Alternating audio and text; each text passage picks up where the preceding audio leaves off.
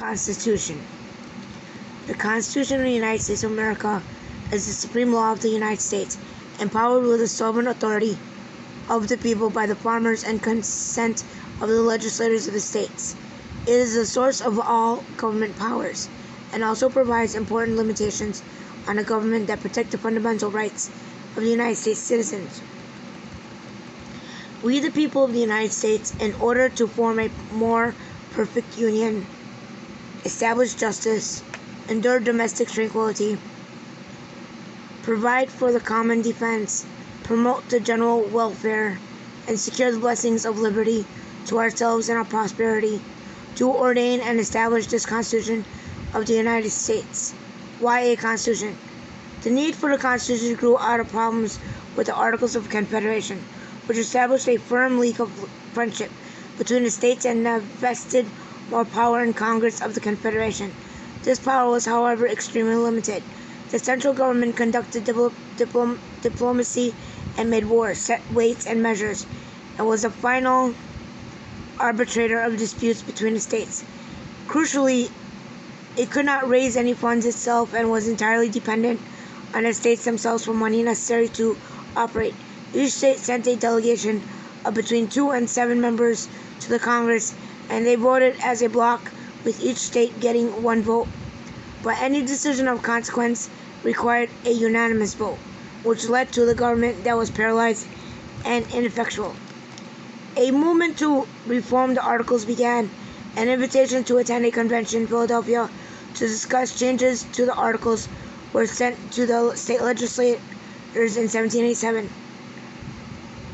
In May of that year, delegates from 12 of the 13 states, Rhode Island sent no representatives, convened in Philadelphia to begin the work of redesigning governments. The delegates to the Constitutional Convention quickly began to work on drafting a new constitution to the United States. The Constitutional Convention. A chief aim of the Constitution as drafted by the Convention was to create a government with enough power to act on a national level, but without so much power that fundamental rights would be at risk. One way that this was accomplished was to separate the power of government into 3 branches, and then to include checks and balances on those powers to ensure that no one branch of government gained supremacy. This concern arose largely out of the experience that the delegates had with the King of England and his powerful parliament. The powers of each branch are enumerated in the Constitution, with powers not assigned to them reserved to the states. Much of the debate, which was conducted in secret to ensure that delegates spoke their minds, focused on the form that the new legislature would take.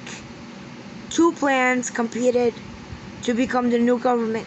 The Virginia plan, which appointed representation based on the population of each state, and the New Jersey plan, which gave each state an equal vote in Congress. The Virginia plan was supported by the larger states, and the New Jersey plan preferred by the smaller. In the end, they settled on a great compromise, sometimes called the Connecticut Compromise, in which the House of Representatives would represent the people as apportionated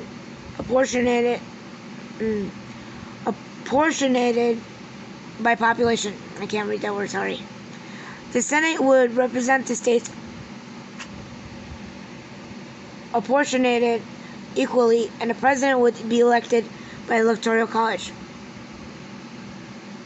The plan also called for independent judiciary. The founders also took pains to establish the leadership between the states. States are required to give full faith and credit to the laws, records, and contracts. Judicial proceedings of the other states, although Congress may regulate the manner in which the states shares records and define the scope of this clause, states are barred from discriminating against citizens of other states in any way and cannot enact tariffs against one another. Exactly. States must also extradite those accused of crimes to other states for trial. The founders also specified a process by which the Constitution may be amended. Since its ratification, the Constitution has been amended 27 times. In order to prevent arbitrary changes, the process for making amendments is quite onerous. An amendment may be proposed by a two-thirds vote of House of Congress, or if two-thirds of states request one, by convention called for that purpose. The amendment must then be ratified by three-fourths of the state legislators, or three-fourths of the conventions called in each state for ratification in modern times.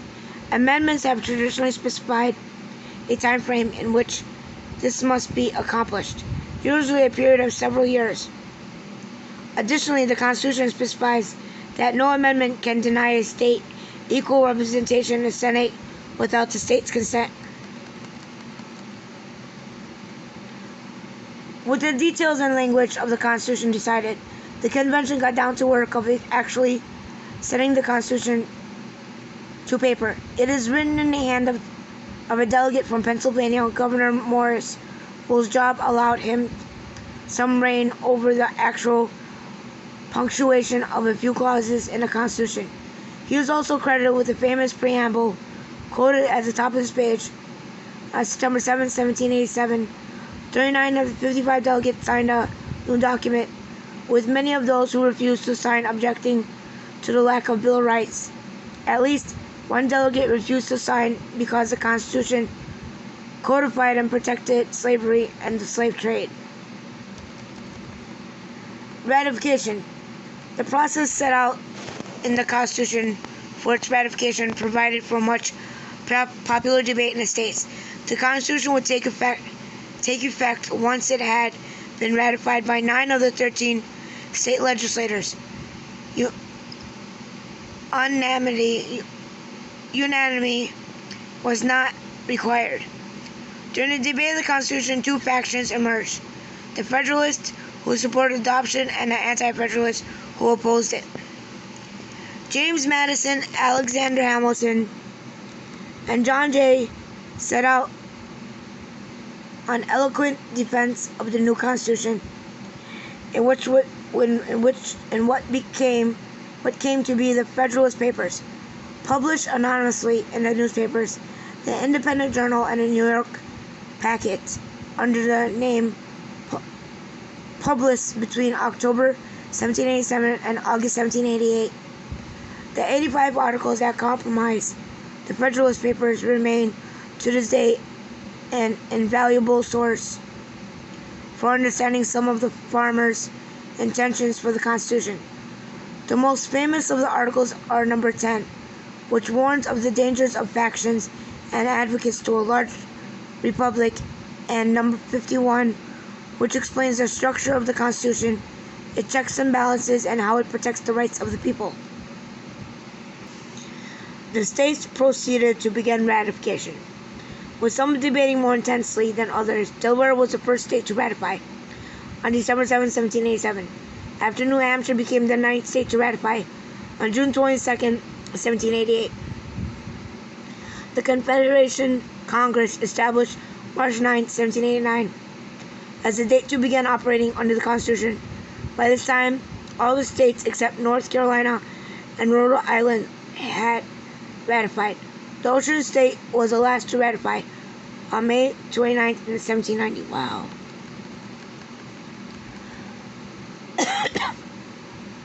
The Bill of Rights. One of the principal points of the contention between the Federalists and Anti-Federalists was a lack of enumeration of basic civil rights in the Constitution.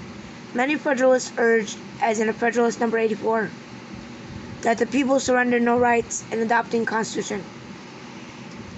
In several states, however, the ratification debate in some states hinged on the adoption of a Bill of Rights. The solution was known as the Massachusetts Compromise, in which 4 states ratified the Constitution, but at the same time sent recommendations for amendments to the Congress. James Madison introduced 12 amendments to the first Congress in 1789. 10 of those would go on to become what we now consider to the Bill of Rights. One was never passed, while another dealing with congressional salaries was not ratified until 1992, when it became the 27th Amendment based on the Virginia Declaration of Rights, the English Bill of Rights, the writings of the Enlightenment, and the rights defined in the Magna Carta. The Bill of Rights contains rights that many today consider to be fundamental to America. Yeah, right? First Amendment provides the Congress to make no law respecting an establishment of religion or prohibiting its free exercise. It protects freedom of speech, the press, assembly, and the right to petition the government for redress of grievances. The Second Amendment gives citizens the right to bear arms. Third Amendment prohibits the government from quartering troops in private homes, a major grievance during the American Revolution. The Fourth Amendment protects citizens from unreasonable search and seizure. The government may not conduct any searches without warrants, and such warrants must be issued by a judge and based on probable cause. Yeah, where was the probable cause when you searched my car? Bastards. The Fifth Amendment provides the citizens not to be subject to criminal prosecution and punishment without due process. Citizens may not be tried on the same set of facts twice and are protected from self-incrimination. The right to remain silent. The amendment also established the power of eminent domain, ensuring the private property is not seized for public use without compensation. Private property is not seized for public use without compensation. I'll get to that later. The Sixth Amendment assures the right to a speedy trial by a jury of one's peers, to be informed of the crimes with which they are charged, and the comfort of the witnesses brought by the government. The amendment also provides the accused the right to compel testimony from witnesses and to legal representation. The Seventh Amendment provides the civil cases also to be tried by jury. The Eighth Amendment prohibits excessive bail, excessive fines, and cruel and unusual punishments. The Ninth Amendment states that the list of the rights enumerated in the Constitution is not exhaustive, and the people retain all rights not enumerated. The 10th Amendment assigns all powers not delegated to the United States or prohibits the states to other states or to the people. You can get this information on whitehouse.gov about the White House, the Constitution.